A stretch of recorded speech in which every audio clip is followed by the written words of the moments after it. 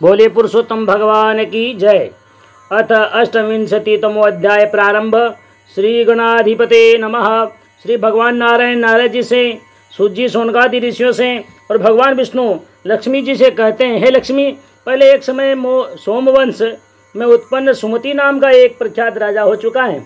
वह राजा महान धर्मात्मा, दानी, अहंकार रहित, सदाचार संपन्न और भगवान का भक्त था। नित्य भगवान की पूजा आराधना करना और अनेक पुराणों का श्रवण करना, इसी प्रकार यह अपनी दिनचर्या बनाकर पुत्र के समान प्रजा का पालन किया करता था।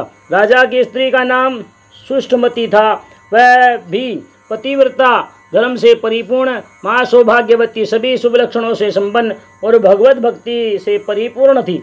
भगवान की कृपा और अपने पुण्य कर्मों के प्रभाव से राजा रानी दोनों को अपने पूर्व जन्म का वृत्तांत संपूर्ण स्मरण था। इसी कारण से वे दोनों इस जन्म में भी जब जब अधिक मास आता तब बड़ी भक्ति और श्रद्धा से नियम व्रत धारण, भगवान पुरुषोत्तम का पूजन, अनेक प्रकार के दान कर्म करते हुए व्यतीत करते। जन समुदाय को सुख देने के निमित्त कुएं, बावड़ी, तालाब का निर्माण करवाने से और यश का प्रसार हो गया। एक समय राज्य में अंगिरस ऋषि का अनेक शिष्यों के साथ आगमन हुआ। वे सब भ्रमण करते हुए राजभवन की ओर पहुँचे। ऋषि का आगमन सुनकर राजा रानी दोनों मुख्य द्वार पर जाकर मुनि के चरणों में प्रणाम करके आदरपूर्वक राजमहल में लाकर उत्तम सिंहासन पर बैठाया और पाद्यार्घ आदि से उनका पूजन किया। उनके आसन के पास नीचे बैठकर आदरपूर्वक हाथ जोड़कर प्रार्थना करते हुए कहा, हे मुनिराज, आपके आगमन से मैं कृतार्थ हो गया। मेरा अहोभाग्य है जो आप इस भवन में पधार इसको अब अपने चरण रस से पवित्र कर दिए। संतों का आगमन और संतों की कृपा से दुर्बुद्धि नष्ट होकर धर्म के प्रति अनुराग की वृद्धि होती है। जिस पर संतों की कृपा हो जाए उसको तीनों लोक में ऐसी कोई वस्तु नहीं है जो न प्राप्त हो सके। संतों के चरणों का जल अपने सिर में धारण करते ही समस्त तीर्थों का पुण्य प्राप्त हो जाता है। आपके आगमन और दर्शन से मेरे समान संसार में कोई पुण्यवान नहीं होगा, ऐसा मैं समझता हूँ।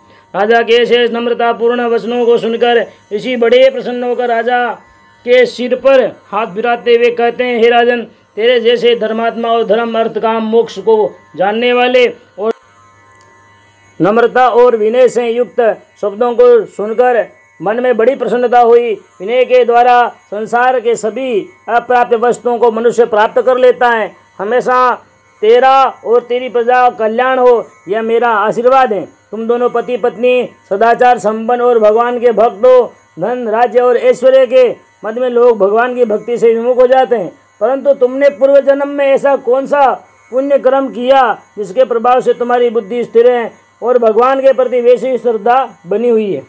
ऋषि के वचनों को सुनकर राजा सुमति हाथ जोड़कर कहता है, हे ऋषिवर, आप त्रिलोकज्ञ हैं, हाथ में आंवले के समान भूत भविष्य वर्तमान को जानते हैं, फिर भी आप मुझसे पूछते हो, तो आपकी आज्ञा से मैं अपने पूर्व जन्म का वृतांत कहता हूँ।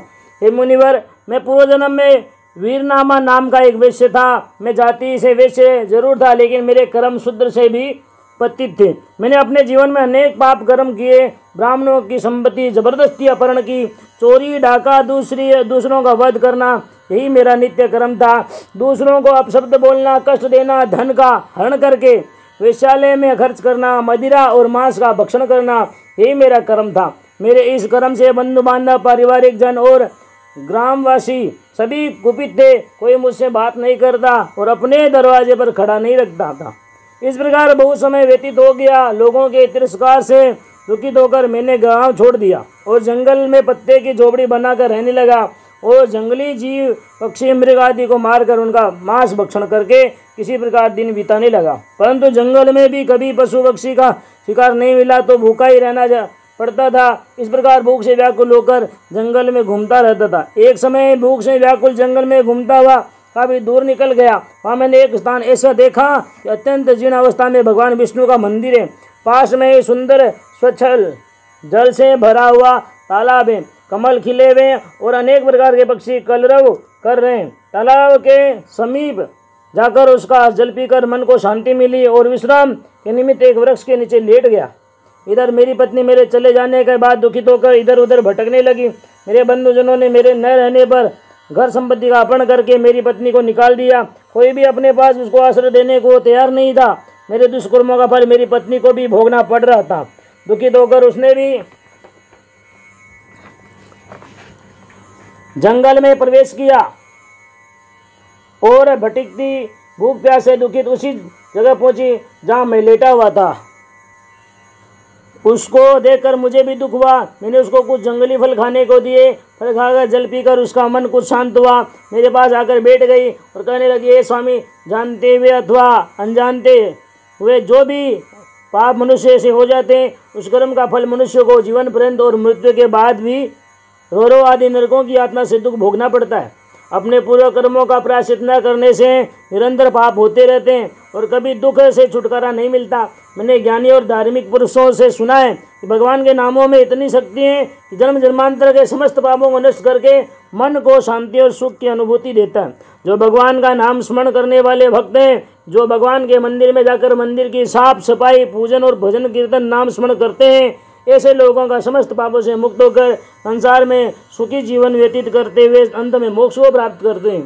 यही कर्म यदि अधिक मास में किया जाए तो अनंत पुण्य की प्राप्ति होती है, ऐसा मैंने विद्वानों से सुना है। इतना दुख भोगने के बाद जब यदि अपना कल्याण चाहने की इच्छा हो तो समस्त दुष्कर्मों को छोड़कर अपना भविष्य बनाने के लिए धर्म का आचरण करो।